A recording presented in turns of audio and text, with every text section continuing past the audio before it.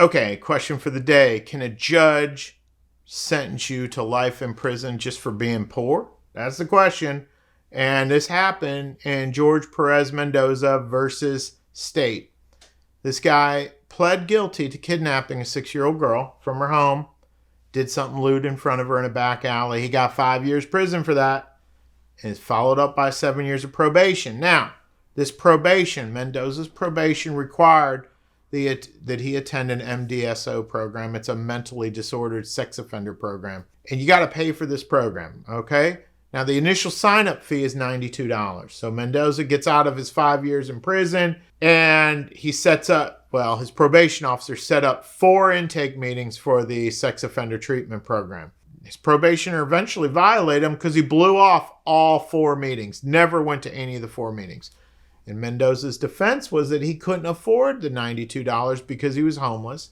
He's like living in a tent and he can't find employment. Now, I'll tell you as a general rule, I can imagine that folks living in tents without a shower, without like a laundry machine or a way to clean their clothes. I get it. Tough to get hired under those circumstances for sure. And Mendoza's prosecutor, guys, being the fountain of empathy that prosecutors sometimes often are, indicated that Mendoza could have sold some of his little trinkets in his tent, maybe his gas stove or his cell phone, in order to garner up the $92. And the judge actually agreed with that nonsense and found that Mendoza made no attempt to pay the $92 on this violation and gave him life in prison. Bam.